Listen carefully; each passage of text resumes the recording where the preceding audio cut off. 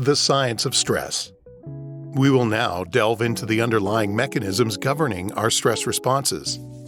This chapter will help you understand how stress affects our bodies and minds by exploring stress hormones, the fight or flight response, and the different types of stress. Stress hormones, cortisol and adrenaline. Cortisol and adrenaline play a key role in our body's response to stress.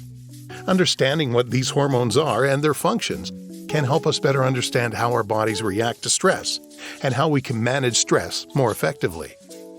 The hypothalamic pituitary adrenal axis, or HPA axis for short, is a complex network of hormonal interactions that play a crucial role in the body's response to stress. It involves three main components: the hypothalamus, the pituitary gland, and the adrenal glands. When you encounter a stressor, the HPA axis is activated. First, the hypothalamus, a brain region responsible for regulating various bodily functions, senses the stressor and releases corticotropin-releasing hormone, CRH. Then, CRH stimulates the pituitary gland to secrete the adrenocorticotropic hormone, or ACTH for short, into your bloodstream. ACTH travels to the adrenal glands above the kidneys, stimulating them to produce and release cortisol, the primary stress hormone. Although people often perceive cortisol as a bad hormone, that isn't necessarily true. Under normal circumstances, cortisol levels go up and down throughout the day. Your cortisol is higher in the morning to help you wake up, and lower in the evening to promote good sleep. Cortisol production increases when we're under stress, helping us cope with it. In the short term, cortisol helps enhance the immune response by increasing the production of pro-inflammatory cytokines and mobilizing immune cells. This can help deal with an immediate threat such as an infection or injury. Cortisol helps release glucose into your bloodstream, giving the body the energy to respond to stress. It also helps maintain proper blood pressure by constricting blood vessels and increasing the heart rate. That said, when cortisol levels remain high for a long time due to chronic stress, it can suppress the immune system. High cortisol levels can inhibit the production of lymphocytes, which play a crucial role in the immune response against infections. It can also lead to a reduced inflammatory response, impairing the body's ability to fight off pathogens effectively. The fight or flight response is a physiological reaction that occurs when we perceive a threat or experience stress, preparing us to confront or escape the danger. The amygdala, a region in the brain that processes emotions, particularly fear, initiates the fight or flight response. When the amygdala perceives a threat, it sends a signal to the hypothalamus, which acts as the body's command center.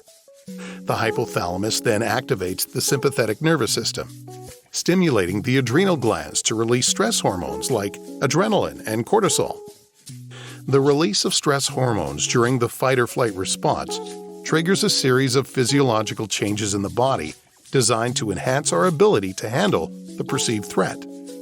Our heart rate increases, digestion is stopped, blood is redistributed to the muscles and vital organs, our senses are heightened, and the body releases energy reserves to provide quick fuel.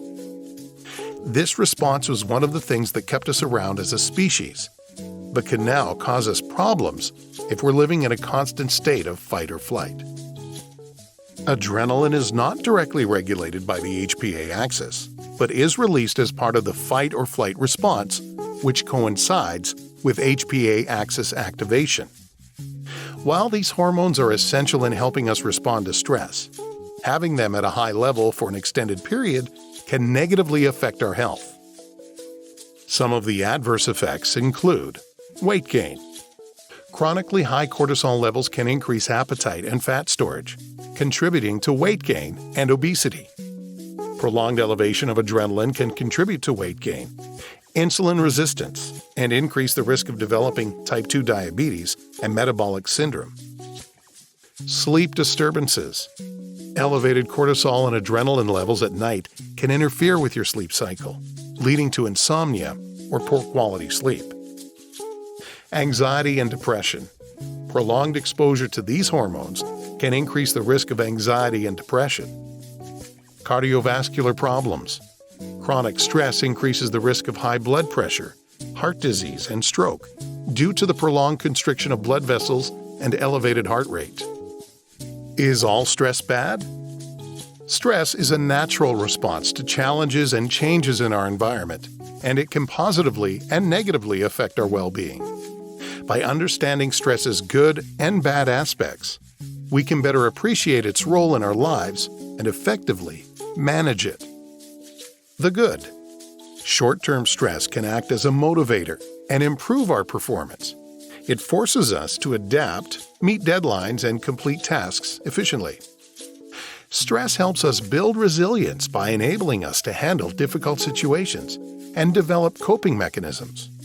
Overcoming challenges strengthens our mental and emotional resilience, preparing us for future obstacles. Moderate stress can enhance memory and attention by activating the body's fight-or-flight response. This heightened state of alertness can lead to improved focus and problem-solving skills.